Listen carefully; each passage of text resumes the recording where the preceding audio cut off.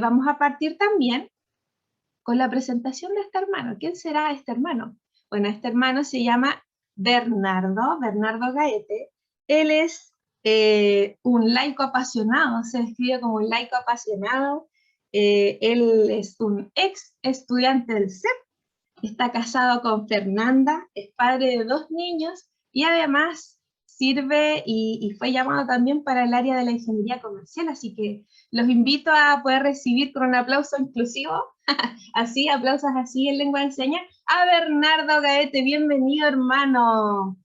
Los micrófonos y las pantallas le pertenecen. Adelante. Muchas gracias. Me siento muy contento de estar hoy día con ustedes.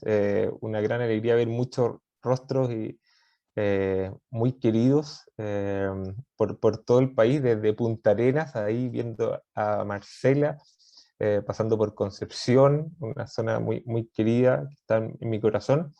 Llegando bien al norte, ahí veo la Javi. Y la verdad, un privilegio el poder tener este tiempo, el ser parte de esta iniciativa de Comisión Fortaleza, que la verdad que me animó desde que la escuché. Hoy día todos sabemos un poco los números y cómo está nuestro país en cuanto a salud mental, ¿no es cierto?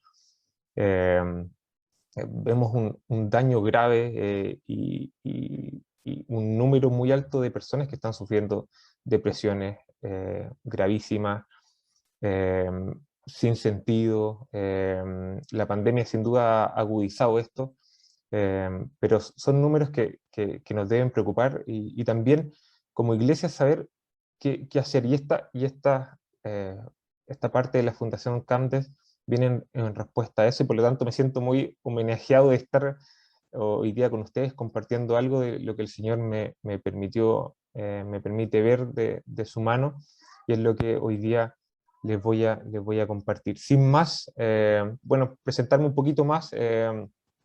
Bernardo Gaete, hoy día participante en la iglesia de Providencia en Santiago, 10 años de casado, muy feliz, casado con Fernanda.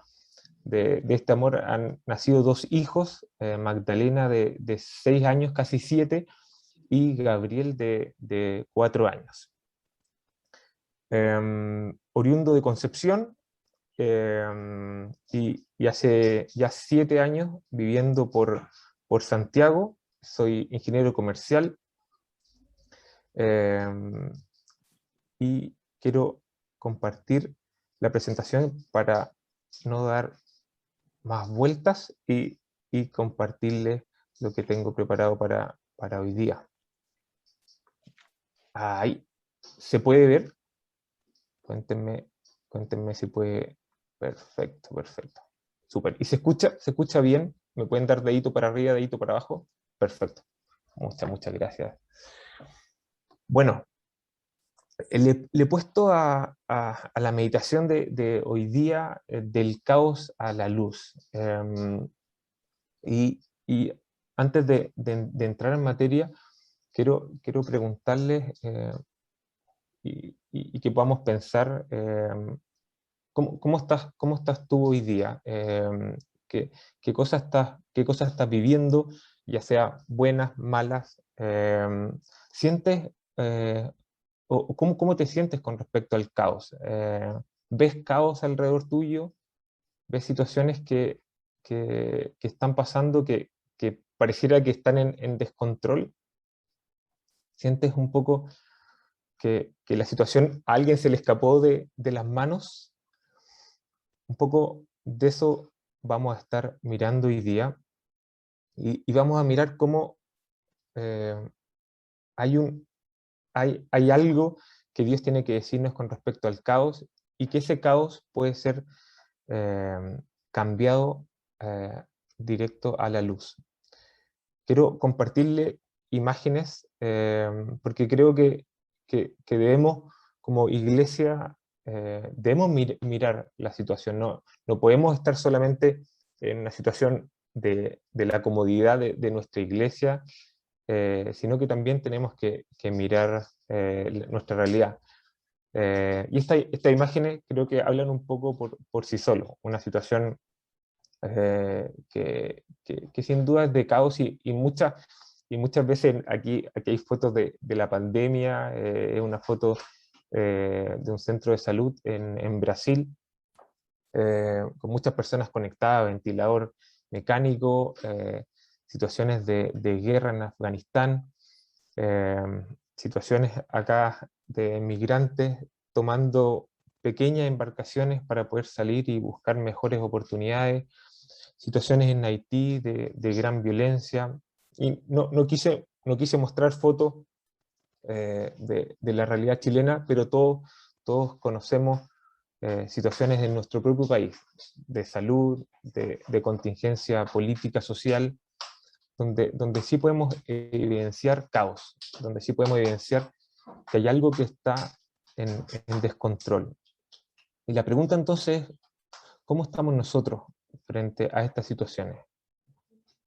¿Qué nos genera esto en nuestros corazones, en lo íntimo?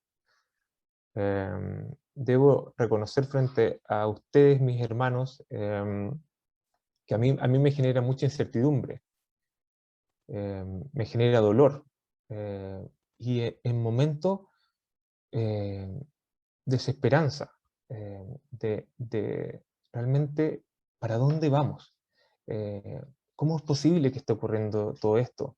Y la pregunta que también mucho nos podemos hacer es, ¿dónde está Dios en medio de todo esto?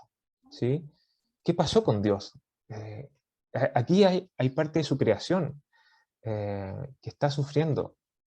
¿Dónde está Dios? ¿Qué pasó? ¿Qué pasó con Dios y sus planes perfectos? Porque no estoy viéndolo. Entonces, primero es, miramos la situación y es importante que veamos qué es lo que hay en nuestro corazón, qué está pasando, qué provoca, ¿sí? Esta situación, o simplemente apagamos todo esto y decimos, "Oye, no pasa nada, en nuestra iglesia estamos todos calentitos, mientras millones de personas de afuera la están pasando muy mal". Entonces, eh, siguiendo con esta pregunta, nos hacemos la pregunta, ¿pero qué hay de nosotros? ¿Dónde estamos nosotros en todo esto? Y acá vino esta palabra, que hay una parte que es bastante conocida en el capítulo 8 de la carta de Pablo a los romanos. En el versículo 18, ¿no es cierto? Escuchamos esto. Pues tengo por cierto que las aflicciones del tiempo presente no son comparables con la gloria venidera que en nosotros ha de manifestarse, porque el anhelo ardiente de la creación es el aguardar la manifestación de los hijos de Dios, porque la creación fue sujetada a vanidad, no por su propia voluntad, sino por causa del que la sujetó en esperanza, porque también la creación misma será libertada de la esclavitud de corrupción a la libertad gloriosa de los hijos de Dios.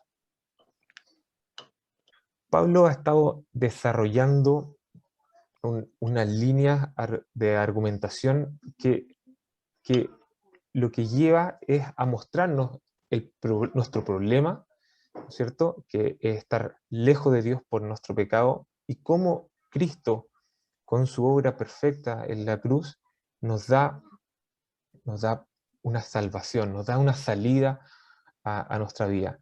Pero en esta parte en particular, lo que Pablo está hablando es acerca de cómo, ya que somos salvados, cómo vivimos en este mundo, y en este mundo que en momentos se pone caótico, que en momentos la aflicción llega a nuestra vida. Y conocemos este versículo muchas veces bastante de memoria, que no son comparables nuestras aflicciones, nuestros sufrimientos actuales versus la gloria venidera. Y esa tremenda verdad, quiero que lo pensemos, pero también quiero, y acá lo puse en negrita, que la creación espera, aguarda una manifestación de los hijos de Dios.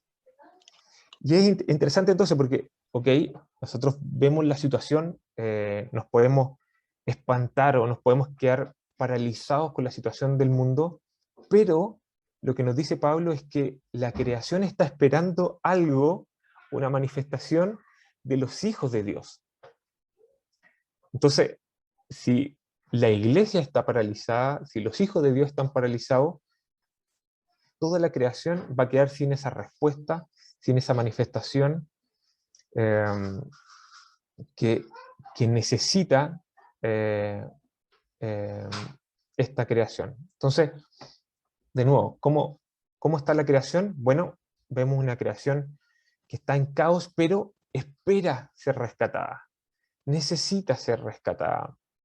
Ve su situación, ve su miseria, y acá miserias en muchos aspectos. Hay una miseria económica, hay una miseria social, médica hoy día, hay una necesidad de justicia en millones de personas, eh, y así por delante, una serie de caos que ven las personas y que necesitan respuestas, necesitan ser rescatadas y necesitan una verdadera paz.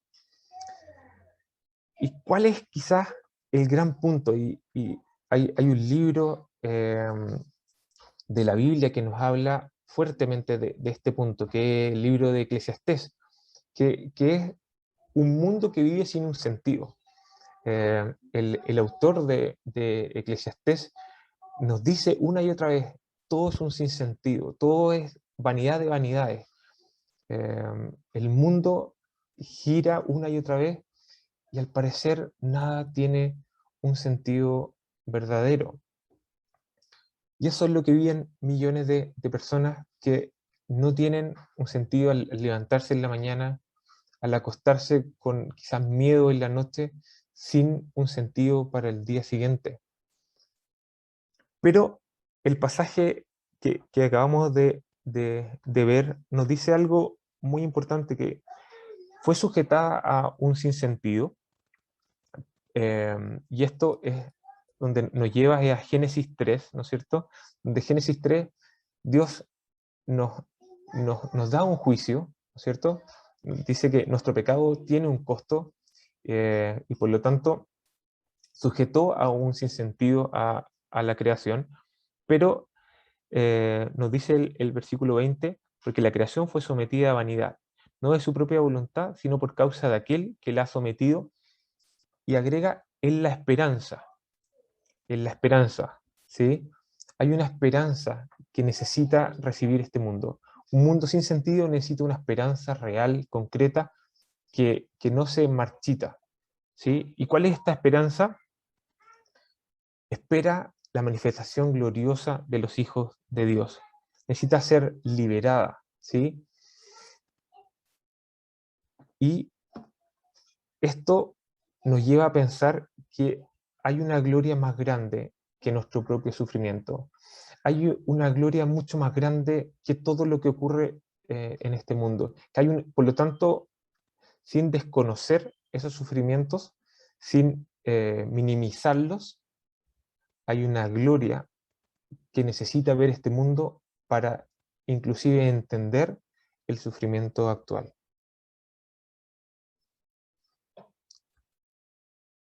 Yo no sé si tú has pensado en la gloria de Dios, si has pensado en lo que significa eh, que lo que hizo Jesús permite que muchos de personas en el mundo puedan conocerle y puedan experimentar una vida actual de pleno gozo y una esperanza futura de estar con Él eternamente sin el pecado, sin el sufrimiento, pero hoy día poder experimentarlo, ¿sí?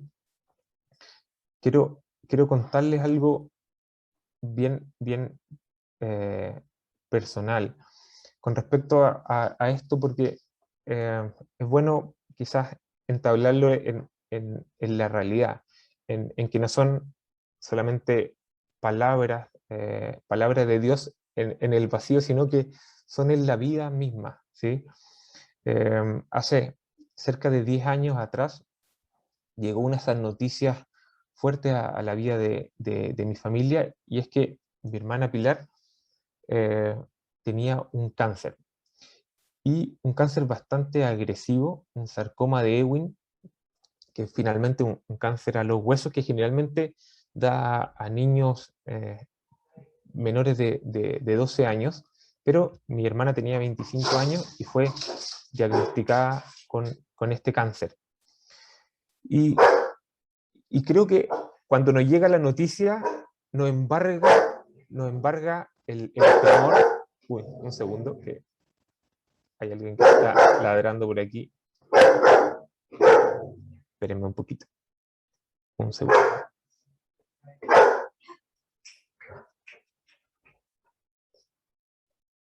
Ahí sí. Ahí sí. Bueno, nos embarga un temor, nos embarga un silencio y mucha incerteza, mucha incertidumbre, porque esa palabra ya de ese diagnóstico nos da miedo, nos genera dudas, y, y, y en ese momento recuerdo que Dios me llevó hacia Él, a sus pies, y, y sin quizás entender todo lo que venía, le dije: Señor, que este cáncer realmente sea para tu gloria. Y, y muchas veces no sabemos bien realmente la profundidad de lo que estamos orando, pero la verdad que fue increíble qué es lo que fue ocurriendo. Mi hermana hasta en ese punto de su vida había escuchado del Señor, sabía lo que había hecho por ella en la cruz, lo entendía racionalmente, pero no era vida para ella, ¿sí? No era una realidad que ella estaba disfrutando. Y fue pasando este cáncer, y Dios fue hablando a su vida de distintas maneras, de muchas maneras. Y Dios respondió esta oración para conmigo y para con mi familia, porque este cáncer realmente fue para su gloria.